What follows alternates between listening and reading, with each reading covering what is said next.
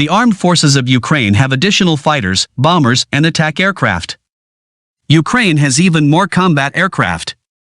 The reasons why the Ukrainian Air Force still continues to exist and military aircraft are used to carry out strikes are due to the fact that the Ukrainian side has many more combat aircraft in service than previously thought.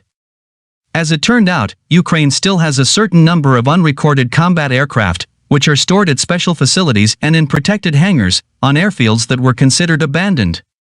According to military expert Andrei Prokov, we are talking about a certain number of combat aircraft that were not taken into account.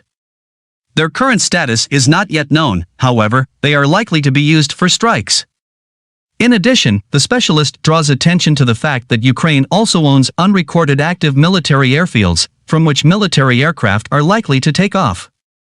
We are talking about abandoned military facilities that can serve as airfields, and, apparently, fighters, attack aircraft and bombers of the Ukrainian Air Force were temporarily stored here when most of the military airfields were disabled. They cannot be called full-fledged airfields, but the airfield remains, and jet fuel can be adjusted in refueling vehicles. They relocated to these airfields, which made it possible to avoid the destruction of aircraft, the expert marks. How many more combat aviation assets are in service with Ukraine today is unknown.